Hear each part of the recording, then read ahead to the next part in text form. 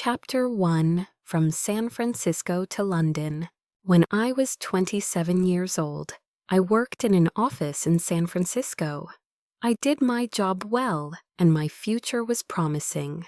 I was alone in the world, and I was happy. On Saturday afternoons, I didn't work. I sailed my little sailboat on San Francisco Bay. One Saturday afternoon, I sailed out too far. The strong afternoon wind pushed my sailboat out of the bay into the Pacific Ocean. That night, when I had lost all hope, a small British brig saw me and took me on board. The brig was sailing to London. The voyage was long and stormy. I worked as a sailor to pay for my trip. When I arrived in London, my clothes were old and dirty. I had only $1 in my pocket. With this dollar, I ate and slept for the first 24 hours. During the next 24 hours, I didn't eat and didn't sleep. At about 10 o'clock the following morning, I went to Portland Place. I saw a child walking past, holding a big pear. The child ate one small piece and then threw the pear onto the street. I stopped and looked at it. I was very hungry, and I really wanted that pear. But every time I tried to get it, someone passed by and looked at me. I quickly turned in the other direction and waited for the person to pass by. I tried again and again to get that pear, but the same thing happened. I was desperate. I decided to get the pear and not to worry about the people who saw me. At that moment, a gentleman opened a window behind me and said, "Come in here, please." A well-dressed servant opened the door. He took me to a beautiful room.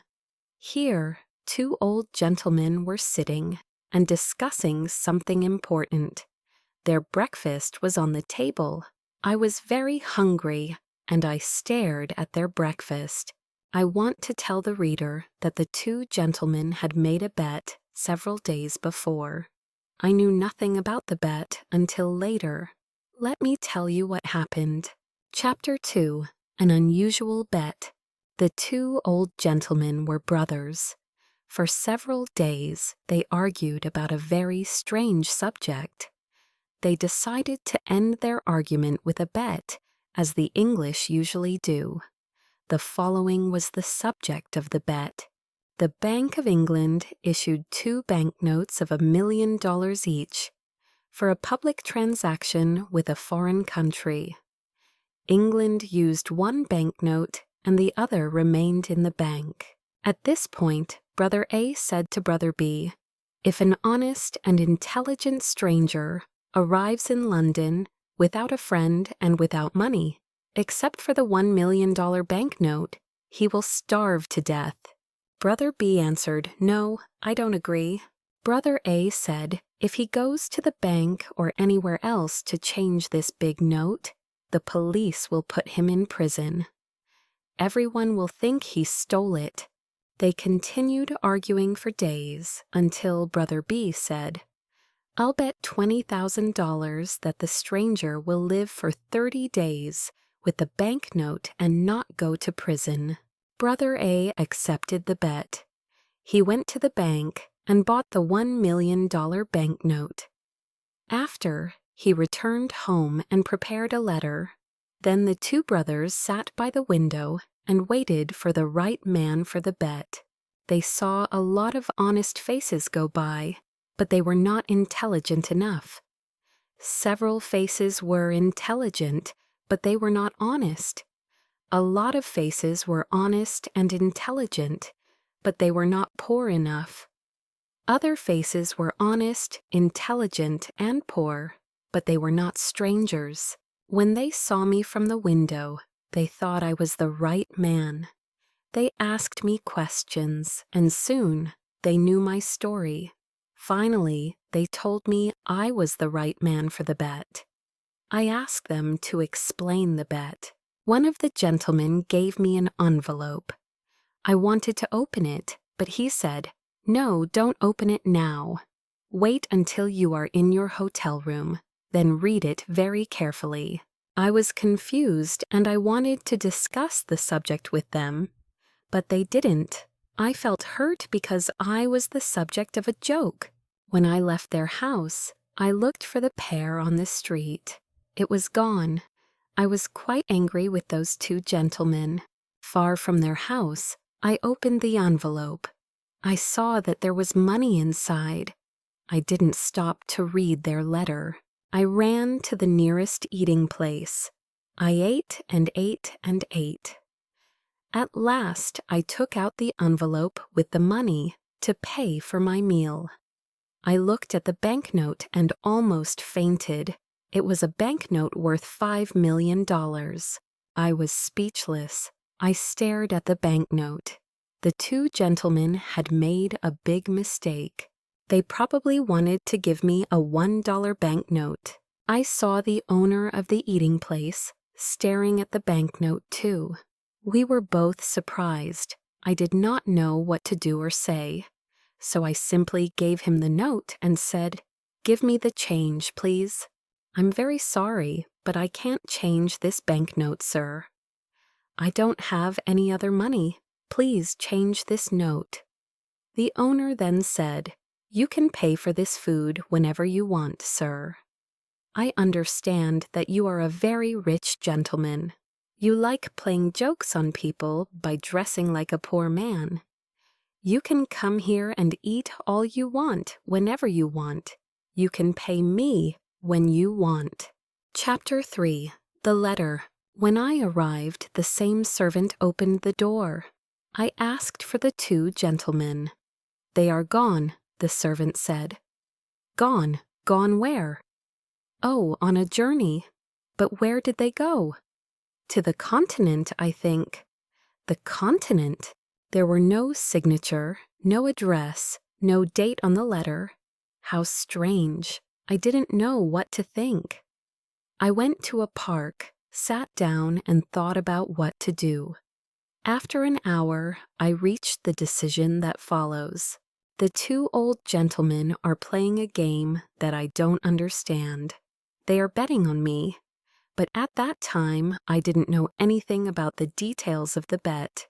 If I go to the Bank of England to return the banknote, the bank will ask me lots of questions. If I tell the truth, no one will believe me. They will put me in an asylum. If I tell a lie, the police will put me in prison. I can't even give it to anyone because no honest person will want it. I can do only one thing. I must keep the bill for a whole month. And I must not lose it. If I help the old man to win his bet, he will give me the job I want. The idea of an important job with a big salary made me happy. With this exciting idea in mind, I began walking down the streets of London. Chapter 4. At the tailor's. Every time I passed in front of a tailor's, I wanted to enter and buy some new clothes. But I had no money to pay for them. The $1 million banknote in my pocket was useless. I passed in front of the same tailor's 6 times. At last I entered. I quietly asked if they had an old, unattractive suit that no one wanted to buy. The man I spoke to nodded his head, but he didn't speak. Then another man looked at me and nodded his head. I went to him and he said, "1 moment, please." After some time, he took me to a back room. He looked at several ugly suits that no one wanted. He chose the worst for me. I really wanted a suit, so I said nothing. It was time to pay. "Can you wait a few days for the money? I haven't got any small change with me." The man said, "Oh, you haven't? Well, I thought gentlemen like you carried large change." "My friend," I replied, "you can't judge a stranger by the clothes he wears. I can pay for this suit." "But can you change a large banknote?" "Oh, of course we can change a large banknote," he said coldly. I gave him the banknote. He received it with a smile, a big smile that covered his face. When he read the banknote, his smile disappeared. The owner of the shop came over and asked me, "What's the trouble?" "There isn't any trouble. I'm waiting for my change. Come, come, give him his change, Todd, quickly." Todd answered, "It's easy to say, but look at the banknote." The owner looked at the banknote. Then he looked at my package with the ugly suit. "Todd," he shouted, "you are stupid. How can you sell this unattractive suit to a millionaire?" "Todd, you can't see the difference between a millionaire and a poor man." "I apologize, sir," the owner continued. "Please take off those things you are wearing and throw them in the fire. Put on this fine shirt and this handsome suit. It's perfect for you, simple but elegant." I told him I was very happy with the new suit. "Oh, wait until you see what we can make for you in your size. Todd, bring a pen and a book. Let me measure your leg, your arm." I didn't have a moment to speak. The owner measured me. Then he ordered his tailors to make me morning suits, evening suits, shirts, coats, and other things. "But my dear sir," I said, "I can order all these things only if you change my banknote, or if you can wait a while before I pay you." "Wait a while. I'll wait forever. That's the word." "Todd, send these things to the gentleman's address. Let the less important customers wait. What's your address, sir?" "I'm changing my home. I'll come back and give you my new address," I replied. "Quite right, sir, quite right." "Let me show you to the door, sir." "Good day, sir, good day." Chapter 5. The Poor Millionaire. The impossible happened. I bought everything I wanted without money. I showed my banknote and asked for change, but every time the same thing happened. No one was able to change it. I bought all that I needed and all the luxuries that I wanted. I stayed at an expensive hotel in Hanover Square. I always had dinner at the hotel, but I preferred having breakfast at Harris's simple eating place. Harris's was the first place where I had a good meal with my $1,000,000 note. That's where it all started. The news about me and my banknote was all over London. Harris's eating place became famous because I had breakfast there. Harris was happy with all his new customers. I lived like a rich, important man. I had money to spend. I lived in a dream. But often I said to myself, "Remember, this dream will end when the two men return to London. Everything will change." My story was in the newspapers. Everyone talked about the strange millionaire with the $1,000,000 note in his pocket. Punch magazine drew a funny picture of me on the front page. People talked about everything I did and about everything I said. They followed me in the streets. I kept my old clothes and sometimes I wore them. It was fun when the shop owners thought I was poor. Then I showed them the banknote, and oh, how their faces changed. After 10 days in London, I went to visit the American ambassador. He was very happy to meet me. He invited me to a dinner party that evening. He told me that he knew my father from Yale University. He invited me to visit his home whenever I wanted. I was glad to have a new, important friend. I thought to myself, I'll need an important friend when the story of the $1,000,000 note and bet comes out. I want the reader to know that I plan to pay back all the shop owners who sold me things on credit. If I win the bet for the old gentleman, I thought, I will have an important job. With an important job, I will have a big salary. I planned to pay back everyone with my first year's salary. Chapter 6. The Dinner Party. There were 14 people at the dinner party. The Duke and Duchess of Shoreditch and their daughter, Lady Anne Grace Eleanor de Bohun. The Earl and Countess of Newgate, Viscount Cheapside, Lord and Lady Blatherskite, the ambassador and his wife and daughter, and some other people. There was also a beautiful 22-year-old English girl named Portia Langham. I fell in love with her in 2 minutes, and she with me. After a while, the house servant presented another guest, Mr. Lloyd Hastings. When Mr. Hastings saw me, he said, "I think I know you." "Yes, you probably do. Are you the... Yes, I'm the strange millionaire with the $1 million note in his pocket." Well, this is a surprise. I never thought you were the same Henry Adams from San Francisco.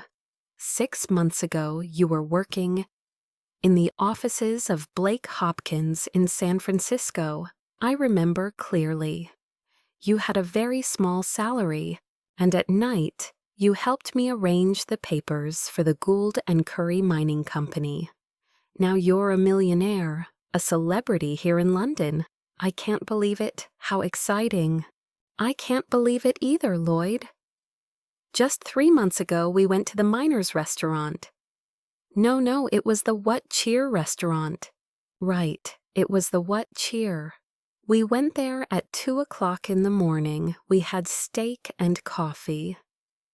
That night we worked for 6 long hours on the Gould and Curry Mining Company papers. Do you remember, Henry? I asked you to come to London with me. I wanted you to help me sell the Gould and Curry gold mine shares, but you refused. Of course I remember. I didn't want to leave my job in San Francisco, and I still think it's difficult to sell shares of a California gold mine here in London. You were right, Henry. You were so right. It is impossible to sell these shares here in London. My plan failed and I spent all my money. I don't want to talk about it. But you must talk about it. When we leave the dinner party, you must tell me what happened. Oh, can I? I really need to talk to a friend, Lloyd said, with water in his eyes. Yes, I want to hear the whole story, every word of it. Thank you, Henry. You're a true friend. At this point, it was time for dinner. Thanks to the English system of precedence, there was no dinner. The Duke of Shoreditch wanted to sit at the head of the table. The American ambassador also wanted to sit at the head of the table. It was impossible for them to decide, so we had no dinner. The English know about the system of precedence. They have dinner before going out to dinner, but strangers know nothing about it. They remain hungry all evening. Instead, we had a dish of sardines and a strawberry. Now it was time for everyone to play a game called cribbage. The English never play a game for fun. They play to win or to lose something. Miss Langham and I played the game, but with little interest. I looked at her beautiful face and said, "Miss Langham, I love you." "Mr. Adams," she said softly and smiled, "I love you too." This was a wonderful evening. Miss Langham and I were very happy. We smiled, laughed, and talked. I was honest with her. I told her that I was poor and that I didn't have a cent in the world. I explained that the $1 million note was not mine. She was very curious to know more. I told her the whole story from the start. She laughed and laughed. She thought the story was very funny. I didn't understand why it was funny. I also explained that I needed an important job with a big salary to pay all my debts. "Portia, dear, can you come with me on the day I must meet those 2 gentlemen?" "Well, yes, if I can help you," she replied. "Of course you can help me. You are so lovely that when the 2 gentlemen see you, I can ask for any job and any salary. With you there, my sweet Portia, the 2 gentlemen won't refuse me anything." Chapter 7, A $1 Million Idea. At the end of the dinner party, I returned to the hotel with Hastings. He talked about his problems, but I didn't listen to him. I was thinking about Portia the whole time. When we arrived at the hotel, Hastings said, "Let me just stand here and look at this marvelous hotel. It's a palace. What expensive furniture. You have everything you want. You're rich, Henry, and I am poor." His words scared me. I, too, was poor. I didn't have a cent in the world, and I had debts to pay. I needed to win the gentleman's bet. This was my last hope. Hastings didn't know the truth. "Henry, just a tiny part of your income can save me. I'm desperate," Hastings cried. "My dear Hastings, sit down here and drink this hot whiskey. Now tell me your whole story, every word of it. Do you want to hear my story again? But you never told me your story." "Of course I told you my story as we walked to the hotel. Don't you remember?" "I didn't hear one word of it." "Henry, are you ill? Is something wrong with you? What did you drink at the dinner party?" "Oh, Hastings, I'm in love. I can only think about my sweet Portia. This is why I didn't hear your story before." Hastings got up from his chair, shook my hand, and laughed. "I'm very happy for you, Henry, very happy," he said, smiling. "I'll tell you the whole story again." So he sat down and patiently started to tell me his story. To make a long story short, the owners of the Gould and Curry gold mine sent Lloyd to England to sell the shares of the mine for $1 million. Any money he received over $1 million was his to keep. Hastings's dream was to sell the shares for more than $1 million and become rich. He had only 1 month to sell the shares. He had done everything to sell them, but nobody wanted to buy them. Then he jumped up and cried, "Henry, you can help me." "Will you do it?" "Tell me how." "Give me $1 million and I'll sell you all the shares. You will be the new owner of the gold mine. Don't refuse." I did not know what to say. I wanted to tell Hastings the truth. But then an intelligent idea came to me. I thought about it for a moment and then calmly said, "I will save you, Lloyd." "Then I am already saved. How can I thank you?" "Let me finish, Lloyd. I will save you, but not in that way. I have a better way. I know everything about that mine. I know its great value. You will sell the shares by using my name. You can send anyone to me, since people in London know me. I will guarantee the gold mine. In a week or 2, you will sell the shares for $3 million by using my name, and will share the money you earn, half to you and half to me." Lloyd was very happy and excited. He danced around the room and laughed. "I can use your name. Your name. Think of it. The rich Londoners will run to buy these shares. I'm saved. And I'll never forget you, Henry." Chapter 8. Back to Portland Place. The next day, all of London talked about the shares of the California gold mine. I stayed in my hotel and said to everyone who came to me, "Yes, I know Mr. Hastings. He's a very honest man. And I know the gold mine because I lived in the California gold country. It is a mine of great value." People were now interested in buying the shares. I spent every evening with Portia at the American ambassador's house. I didn't tell her about the shares and the mine. It was a surprise.